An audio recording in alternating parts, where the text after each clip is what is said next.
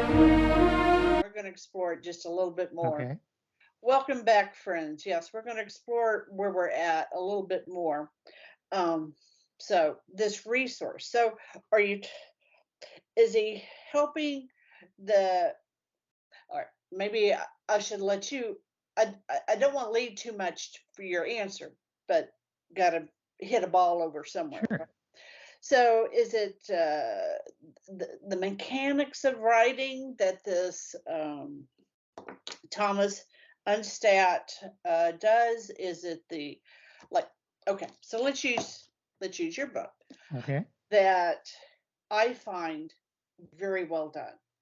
I find when I opened it, there was some really kind of picky. There was plenty of margin around. The words didn't go falling into the well or whatever this is called. The I gutter. um, the typeset was good. The color of the papers. I mean, it looks like something uh,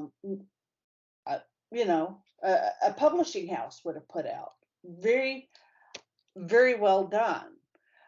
I've got some other self-published books, and it tends to show. Do you know Now, what I'm talking about? oh yeah, I know exactly what you're talking about. I didn't learn that so much through him, although there probably are some of his podcasts that may address that. I don't know. I didn't happen to come across any.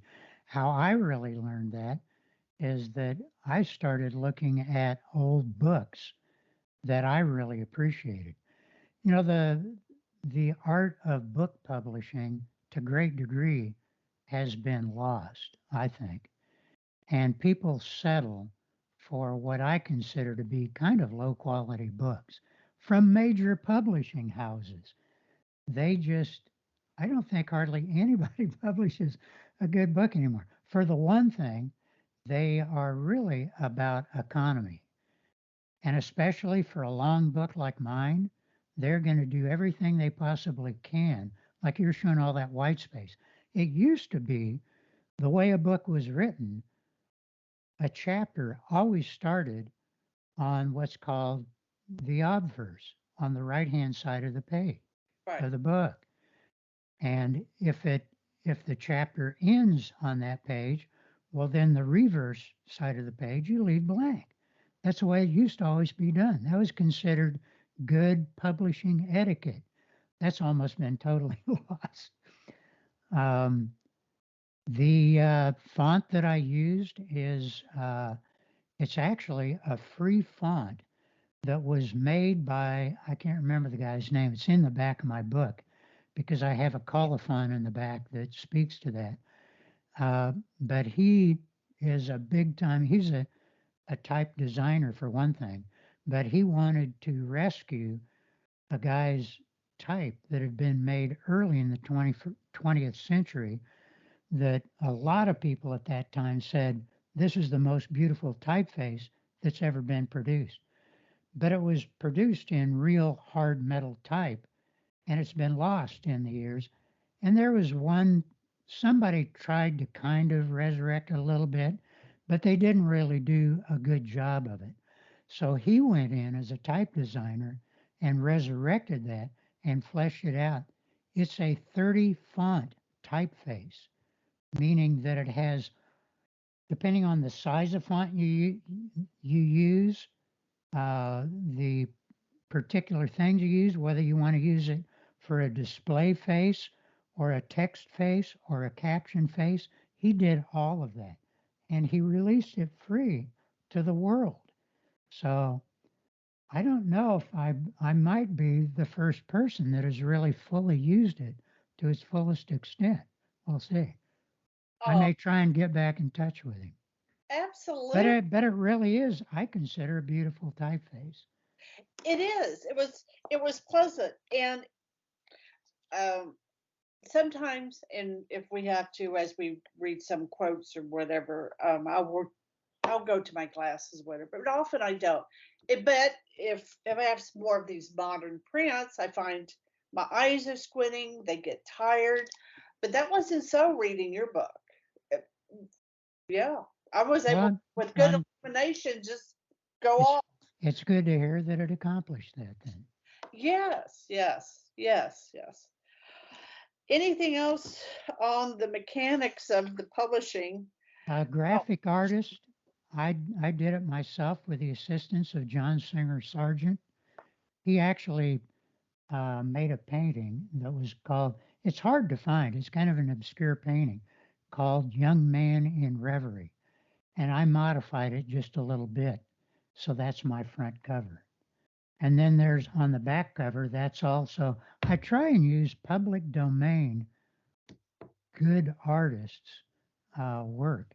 The one on the back is by a man named David Roberts, who did some of the first uh, drawings and paintings that came back to the West from Petra. and are those names I read? I recently read it, but I can't recall. Are those artists listed here in the back of your book? Um, the, the paintings that you used here, is that cited in your book? If You know, not, I don't think I did cite the painting on the back. I really should. Thanks for mentioning that. I so hadn't thought of that. when you There is in the frontispiece. I've got another one from David Roberts. I do cite him there, and then I think I cite the front cover artist on the copyright page. if Yes. only if it's convenient and you remember, when you're sending the links over, I'll put that in Okay. as we move forward. Oh, and so you said 6 months, and the motivation to write was just you had to tell the story. That Right. And was in the beginning, the first novel was a matter of sheer survival, as I mentioned previously. And then the second one was a story that had been brewing in me for probably 40, 45 years. so. What advice would you give to budding authors? I mean, you mentioned the websites, and I mean, scrub. I think it's to me the important thing about writing is writing something that compels you to write about it.